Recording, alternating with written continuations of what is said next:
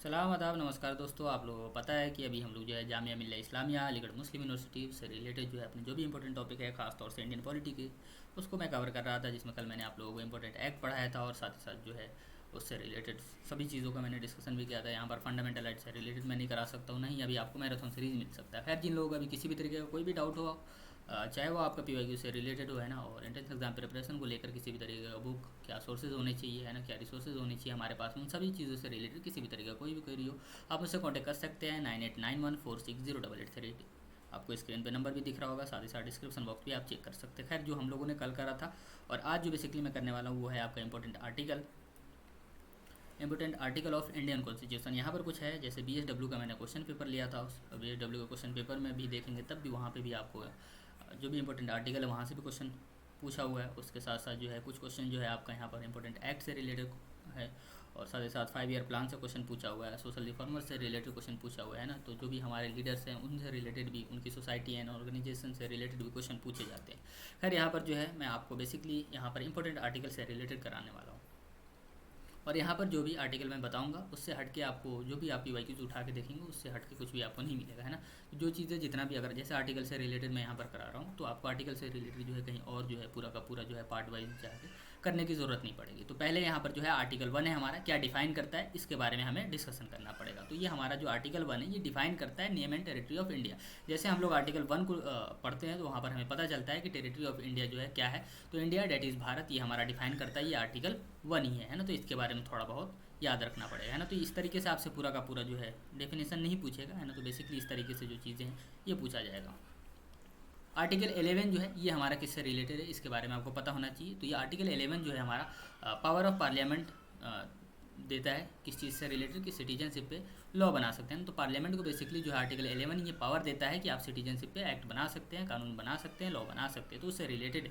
तो इसके बारे में भी आप देख सकते हैं यहाँ सर आर्टिकल 11 से भी क्वेश्चन पूछा जा सकता है। आप बहुत ज़्यादा इंपॉर्टेंट एक तरीके से ट्रिपल स्टार लगा सकते हैं आप इस पर है ना, और आपके PYQs में जो है मोस्टली इन्हीं सबसे क्वेश्चन पूछे हुए हैं। आर्टिकल 14 to 18 जो कि राइट टू इक्वालिटी से रिलेटेड है। अब डिटेल में जो है किस तरीके से हम लोग जब हम लोग जब फंडामेंटल राइट्स पढ़ते हैं तो वहाँ पर इन सारी चीज़ों को डिस्कशन करते हैं। आर्टिकल 17 ये भी हमारे लिए एग्जाम पॉइंट ऑफ व्यू से बहुत ज़्यादा इंपॉर्टेंट है। साथ ही साथ आर्टिकल 19 का वो ए जो है ये freedom of speech and expression से रिलेटेड। यहाँ पर 6 चीज़ें मेंशन है ना आर्टिकल 19 के अंदर में, तो वो A B C D इस तरीके से करके तो पूरा का पूरा फ्रीडम जो है आपको पता होना चाहिए। तो बेसिकली आर्टिकल 19 जो है आर्टिकल 19 का ए जो है freedom of speech and expression से रिलेटेड है, इसके बारे में आपको आइडिया होना चाहिए। आर्टिकल 21 जो है हमारा right to life and liberty से रिलेटेड है, इसके बारे में भी आपको आइडिया होना चाहिए। आर्टिकल 21 राइट टू एजुकेशन, इसके बारे में right to elementary education actually में ये है ना, तो राइट टू एलिमेंट्री एजुकेशन इसके बारे में आपको आइडिया होना चाहिए। उसी तरीके से आर्टिकल 25 to 28 जो है राइट टू रिलीजन है, इसके बारे में भी आपको नॉलेज होना चाहिए। यहाँ से भी क्वेश्चन बन चुका है और यहाँ से भी क्वेश्चन बन चुका है। अभी जो है इस साल भी अगर आप देखते हैं तो आर्टिकल 44 जो कि हमारे यूनिफॉर्म सिविल कोड से रिलेटेड है, इसके बारे में भी आपको नॉलेज होना चाहिए। तो article 44 is related to UCC, जिससे रिलेटेड जो है यूनिफॉर्म सिविल कोड, इससे रिलेटेड जो है उत्तराखंड जो है फर्स्ट स्टेट बना था हमारा है ना। उसी तरीके से गोवा जो है हमारा सबसे पहले कहाँ पर यूनिफॉर्म सिविल कोड जो हमारा इंप्लीमेंट हुआ था इंडिया में। तो इस तरीके से क्वेश्चन कई बार पूछे जाते हैं ना। तो आर्टिकल 44 जो हमारा न्यूज़ में था लास्ट ईयर, और यहाँ से क्वेश्चन बना था कि UCC को इंप्लीमेंट करने वाला फर्स्ट स्टेट कौन बना है। तो इन सारी चीज़ों का आपको ध्यान रखना पड़ता है। और इस तरीके के करंट अफेयर से रिलेटेड कि सपोज कर लीजिए आपका भी जो है आर्टिकल 25 to 28 में जो है हमारा एक चीज़ न्यूज़ में था, वो था हमारा MU से रिलेटेड भी कई सारी चीज़ें हैं जो कि एंट्रेंस एग्जाम में पूछे जा सकते हैं ना। तो एंट्रेंस एग्जाम पर्सपेक्टिव से अगर आप जब देखेंगे तो बहुत सारी ऐसी चीज़ें जो कि यहाँ से डायरेक्ट नहीं पूछता है, जो न्यूज़ में होता है उससे मिलते जुलते पूछते हैं। कई बार ऐसा होता है वो चीज़ें न्यूज़ में होता है बट उससे रिलेटेड आर्टिकल पूछ लेता है ना। तो यहाँ पर जो चीज़ें आर्टिकल बताया जा रहा है ज़रूरी नहीं है कि ये सब के सभी आपसे पूछे जाएंगे, हाँ, लेकिन ये है कि ये सब इंपॉर्टेंट है आपके लिए। आर्टिकल 29 to 32 जो है कल्चरल एंड एजुकेशनल राइट, इससे रिलेटेड भी मैंने अभी पढ़ाया था। आर्टिकल 52 जो है हमारा प्रेसिडेंट ऑफ इंडिया से रिलेटेड डिस्कस करता है। उसके बाद जो है आर्टिकल 63 जो हमारा वाइस प्रेसिडेंट ऑफ इंडिया से रिलेटेड डिस्कशन करता है। तो यहाँ से भी क्वेश्चन बन चुके हैं, यहाँ से भी क्वेश्चन बन चुका है और यहाँ से इस साल बनने वाला है।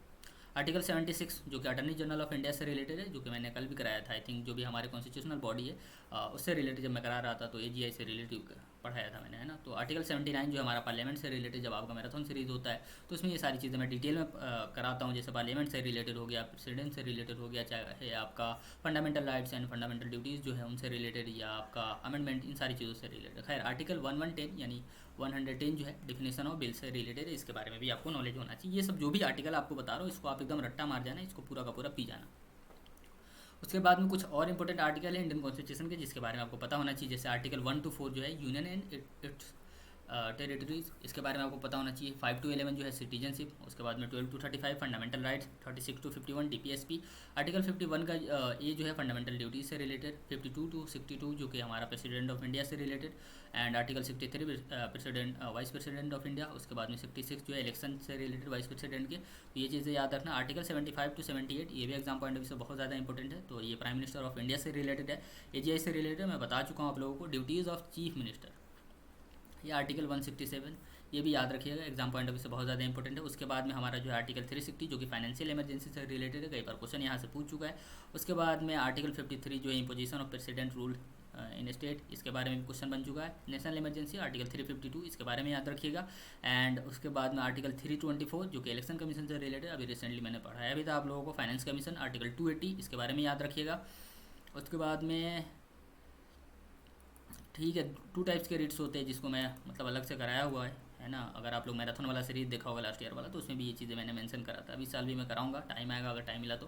खैर, तो यहाँ पर 2 टाइप्स ऑफ रीड्स है जिसमें एक हाई कोर्ट को मिलता है, एक सुप्रीम कोर्ट को मिलता है। तो एक आर्टिकल 32 हमारा है जिसके बारे में आगे मैं डिस्कस करूँगा, है ना। तो आर्टिकल 32 जो है हमारे remedies for enforcement of fundamental rights including writs, है ना। तो आर्टिकल 32 जो है ये सुप्रीम कोर्ट को देता है। उसी तरीके से आर्टिकल यहाँ पर मैंने मेंशन ही नहीं किया है ना, तो कैग से रिलेटेड जो आर्टिकल है 176 या 76 है ना, जो भी है यहाँ पर मैंने शायद कैग से रिलेटेड हमारा कौन सा आर्टिकल है मैं यहाँ पर भूल रहा हूँ, है ना। तो कैग से रिलेटेड जो आपको पता होना चाहिए आर्टिकल 226 जो है पावर जो देता है रिट्स ऑफ हाई कोर्ट, मतलब रिट्स का पावर जो है आपके पास हाई कोर्ट में जो होता है वो आर्टिकल 226 जो है ये डिसाइड करता है। उसके बाद में फंडामेंटल राइट्स जो है, जैसे हम लोग अब पहले हमारे पास में 7 फंडामेंटल राइट्स थे, अब 6 फंडामेंटल राइट्स हो गए। तो एक जो फंडामेंटल राइट्स है वो हमारा जो किस में चला गया, हमारा ये लीगल राइट्स में कन्वर्ट हो गया। तो हमारा जो आर्टिकल 30 मतलब 300 ए में जा चुका है ना। तो इस चीज़ के बारे में आपको पता होना चाहिए। उसके साथ साथ जो है पार्ट से कौन से पार्ट से कन्वर्ट हुआ है ना, तो इस चीज़ के बारे में याद रखना पड़ता है आपको। तो फंडामेंटल राइट जो हमारे इंडियन कॉन्स्टिट्यूशन के किस पार्ट में मेंशन है, ये सारी चीज़ें भी आपको डिटेल में करना पड़ता है। लेकिन ये सारी चीज़ें जो अगर आप अपने एग्जाम पॉइंट ऑफ व्यू से देखते हो तो ये कुछ ऐसे आर्टिकल है जिसको आप मिस नहीं कर सकते।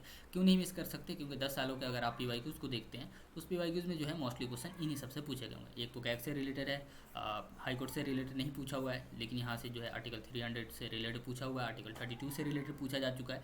यहाँ पर जो है 280 से पूछा जा चुका है, 352 से पूछा जा चुका है। एंड आपका प्राइम मिनिस्टर से रिलेटेड, AGI से रिलेटेड क्वेश्चन बन चुका है, वाइस प्रेसिडेंट से रिलेटेड क्वेश्चन बन चुका है, प्रेसिडेंट ऑफ इंडिया से रिलेटेड क्वेश्चन बन चुका है। एंड आपका यहाँ से तो वाला मतलब यहाँ से एक तरीके से मतलब पार्ट 1, पार्ट 2 और पार्ट 3 है ना। तो इससे जो है ना मोस्टली डीप में जाकर क्वेश्चन पूछता है। जैसे यहाँ पर जो है आपको दिख रहा होगा इस तरीके से जो है आर्टिकल 19 का ये जो है किससे रिलेटेड है, freedom of speech and expression से रिलेटेड है ना। तो इस सारी चीज़ों से रिलेटेड जो है डीप में जो है आपको करना पड़ता है। तो इस तरीके से कुछ इंपॉर्टेंट आर्टिकल्स है आपके एग्जाम पॉइंट ऑफ व्यू से, खासतौर से जामिया और EMU एग्जाम पर्सपेक्टिव से जो है ये कुछ आर्टिकल्स है जिसको आपको ध्यान में रखना पड़ता है ना। आप सबको डिटेल में अगर करना है आप लोगों को तो इसके लिए आपको कांटेक्ट करना पड़ेगा 9891460888 से। देखिए डिटेल में करना है कहीं से भी कर लीजिएगा, मैं सबको बता रहा हूँ कि आप डिटेल में कहीं से भी कर लेंगे सब चीज़ें, लेकिन सिर्फ और सिर्फ आपके एंट्रेंस एग्जाम से रिलेटेड अगर मैं बात करूँ EMU एंड JMI है ना, उस एंट्रेंस एग्जाम की जो डिमांड किया है उसके हिसाब से आपको करना है, तब आप इस नंबर पर कॉन्टेक्ट कीजिएगा ना। वैसे अदरवाइज तो आप पूरा का पूरा करने बैठ जाएंगे, कर भी सकते हैं, सब चीज़ें अवेलेबल है तो आप कर सकते हैं। लेकिन अगर आपको अपने एंट्रेंस एग्जाम ओरिएंटेड चीज़ें करनी है तो आप मुझसे कॉन्टैक्ट कर सकते हैं। ऑलरेडी जो है बैचेज रन है, पेड बैच जो है अगर आपको ज्वाइन करना है तो कॉन्टैक्ट कर सकते हैं। और साथ साथ जो है आने वाले कितने 1 हफ्ते के अंदर में सुपर 30 बैच को लॉन्च किया जाएगा। तो सुपर 30 बैच का पार्ट बन सकते हो, उसके लिए जो है सिंपली आपको कॉन्टैक्ट करना पड़ता है।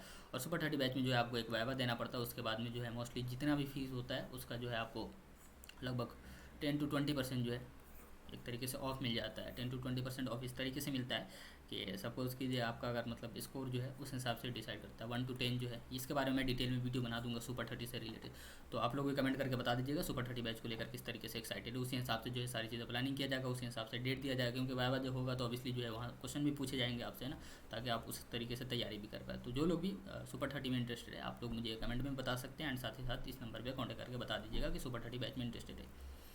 Thank you for watching everyone. Video अच्छी लगे होंगे। और अगला जो है कौन सा टॉपिक होना चाहिए, ज्योग्राफी पे मैंने कुछ एक ओवरव्यू दे दिया था, हिस्ट्री पे भी दे दिया था, पॉलिटी पे भी आप लोगों को मिल गया, एक स्टैटिक जीके पे देना बचा हुआ है। एंड एक जो है रीजनिंग एंड जो भी मतलब लॉजिकल रीजनिंग, मैथमेटिक्स, इन सभी चीज़ों से रिलेटेड तो एक लेक्चर और आप लोगों को मिल जाएगा। उसके अलावा जो भी बीएड वाले बच्चे हैं उनका जो क्लासेज जो है फ्राइडे सैटरडे संडे जो है आपका करंट अफेयर जीके जीएस का चलता है, जिसमें जो है हम लोग पूरा डिटेल में कवर करते हैं। उससे रिलेटेड भी किसी को डेमो चाहिए तब भी आप इसी नंबर पर कॉन्टैक्ट कर सकते हैं। Thank you for watching everyone.